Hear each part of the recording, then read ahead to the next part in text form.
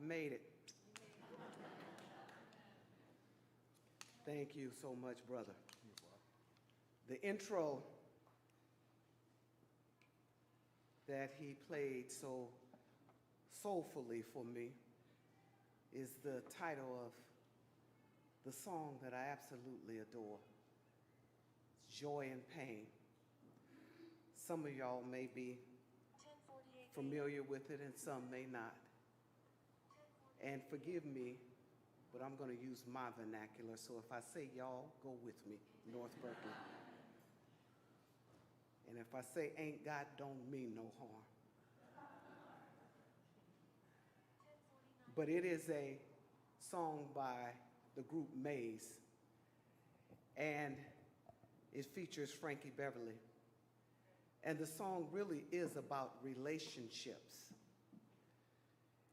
and the joy and the pain of the relationship. But it's a soul song, and it really speaks to my soul. I consider myself a musicologist.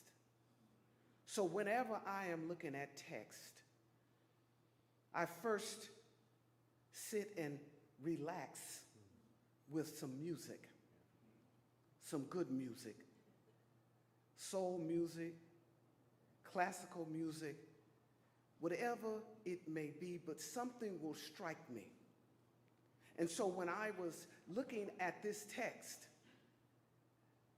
that song came to me, and I began to put it into my soul to say, what is this text speaking? It's a very familiar text. We hear it often.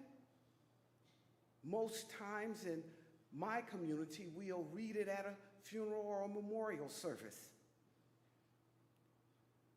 Yet when I heard it again, laid next to my favorite song, I said, this is a poem that is speaking to our soul from King Solomon.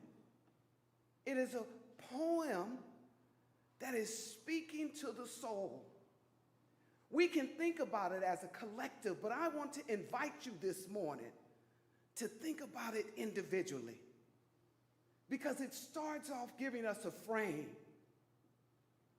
Everything under the heavens, which means it's a huge canopy, has a time and a season. So it initially starts us off giving us comfort that if we're under that canopy, then we're in the hands of God. So for whatever the time and the season, God is there. Yet it goes on and it gives us some quirky ways of looking at things, right? Joy is at this end and pain is at this end. And it tells us right out of the gate, there's a time to come into this world and there's a time to leave. There's a time where we have to sow, and there's a time that we have to tear down. There's a time to build up. There's a time to kill. Kill, my gosh. But it's talking to the soul. And let me break it down and make it a little bit more plain for you. Sometimes we got to do some soul work. Sometimes we got to talk to our own soul. Because you know, we can talk about other folks. We can say that, yeah, but sometimes it's way important for us to do our soul work, to get an understanding, and I want to take it in a spiritual way.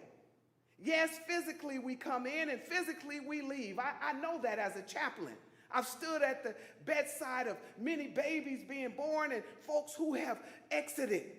So I get that. But what I'm talking to you about this morning is that soul-stirring issue of sometimes we got to be born anew. And sometimes we got to die to the stuff that is not serving us. We have a season for everything. There is a time, and only you know the time. Some of us get twisted and confused because we don't absolutely pay attention when God is knocking on our shoulder or knocking on our door to say, it's time to let that go. We want to hang on for dear life. We're just gripping it. Because for some reason it's serving us, or for some reason maybe we're afraid to let go, because whatever the issue is, we don't want to be born anew. So the poem is telling our soul, sometimes you got to let it go so that you can be new. Sometimes you got to plant some stuff, and then you got to dig some stuff up at an appropriate time. Like dogs, they will hide their bone, right? And then they'll go and find it. You're like, well, what are they doing? 10 years ago, they hid it over in the corner of the yard. You know in your soul, when your soul starts stirring, sometimes it's important to go and dig up some old stuff. Not so that we can rehash it at the Thanksgiving table. You'll remember this. 10 years ago, I had a good friend at the pool, and she took her kids out. Now, young people, don't do this to your parents. But she took her children out, and they had a great dinner. But after the dinner, she said they all ganged up on her and her husband and were saying, well, and when I was 5, and when I was 6, and she, it totally caught. Sometimes we want to go back, but it's not to dig up, but it's to examine how far you've grown. And then when it talks about killing, I think this is the most important thing, the piece in here. Sometimes we got to delete, and erase some bad behavior. Christianity calls us to be good stewards, to be right-acting, right-minded, justice-thinking people. And sometimes we have to humble ourselves to kill the evil spirit, to kill behaviors that are not serving us, that do not reflect the magnificent, beautiful presence of a living God. Sometimes we got to do those things. It's like cleaning out our closets. Sometimes we do have to tear things down. Tear out old thoughts and ideologies so that we can build up new things. Yes, sometimes we have to go to war. I'm talking about spiritual warfare. I will forever stand on the fact that women should have the right to say yes or no with their own bodies. I think anytime some man tells me what I ought to do, then I'm going to go to him and say, well, God created me this way. God gave me free liberty. God also gives me choice. In the same way that God gives you choice. You judge for you and I'll judge for me. That's a war. That's a spiritual warfare. And I will forever hold my hand up and say, yes, as we need to continue to vote, we need to make right-minded choices about how we are doing things. Yes, I want to go to war about that. Because, my brothers and sisters, and this is just a little caveat, as they talk about pro-life, but they're constantly cutting the public school education budget. They're constantly cutting the social welfare systems. You know, some children were hungry this summer because they could not get food and a hot meal. So if you're talking pro-life, let's be about life. See, tearing down old ideologies, thoughts that do not serve God. There's a time for everything. There's a time, they say, to love, and there's a time to hate. But hate is Jesus, and what I sense, the way this wisdom poem goes, hate those things that do not serve God. Hate those things when folks are complicit with crimes and evilness and misdoing. Hate those things. When folks are gossiping and spreading rumors about somebody. Hate those things. But then be willing to love. Because it is about forgiveness. It is about opening our heart in a new way so that we can first love ourselves deeper. So that we can love one another. But there's a time for all of that.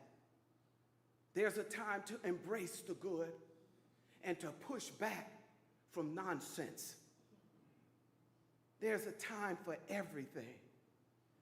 But what I want you to take home with you, if you'd be so willing, in the midst of all of that, as you have tears and you laugh and you dance and you mourn, because we have to mourn. We have to mourn things that we let go, even when we think it's good for us. Sometimes you just got to let it go so that God can birth a new thing in your life. Have time for that too, not to rush past it, because we're a fast society. Okay, we're done with that. Get on about your business. Take your time and be in the season, because this is what I experienced in this text, and particularly in the song. There's a lyric in the song that says, sometimes the world will oppress you, but love's always around. Know that in each and every season of your life, this is the take home, that God is there. God is the and in between joy and pain. That God will get you through, and it's just your perception of how you want to stand in between, trusting God, that God is with you in and out of all seasons of your life, because that's what it is. We have seasons in our life. God will never leave nor forsake you. God has given us promises, so if we stand on the promise, even when it's painful, we know that God is there with us. We can move through that season. Even when our heart is breaking, we can move through that season because God is with us. Even when it's dark and you can't see day, God is with us and we can move through that season. Even when you have the highest amount of joy, God is with us and we can move through that season. But it's for us to know that, to balance out. So it's not that I'm dipping down and saying, well, yeah, God, I know you're with me, but boy, I'm hurting. But it's to say, God, I know you're with me. I am hurting and I know you're with me. In the same way that I shout and celebrate when I feel the tremendous amount of joy and gratitude in my heart. God, I trust you and I know that you're with me in the and. Because that's what you said that you would do. Solomon gives us some words of wisdom, my brothers and sisters. Whatever the season may be for you, wherever you may find yourself this day, know this thing. God is in the midst and God is in the and. And God will never leave nor forsake you. And God will not let you go through the season without God holding you and cradling you in the midst of it. So rejoice. Rejoice, rejoice wherever you are. It's your perception of the situation, knowing what you know about God. Hang on to your faith. Go in the middle of the joy and the pain, the rebirthing and the death of something. Stay there because God is with you. To my beloved sister, friend, Bishop Christian, I salute you, I honor you, and I am most grateful to be here in this season. I fell down 15 stairs during an annual conference and fractured a couple bones in my ankle. But what God did was God kept me so that I can witness this beautiful day and some other beautiful days. God will be with you in the midst of it, Bishop. So you go. For your season is here. Your season is here. And we stand in solidarity with you in your season. God bless you. God keep you. And may God's countenance smile upon you. Amen, my brothers and sisters.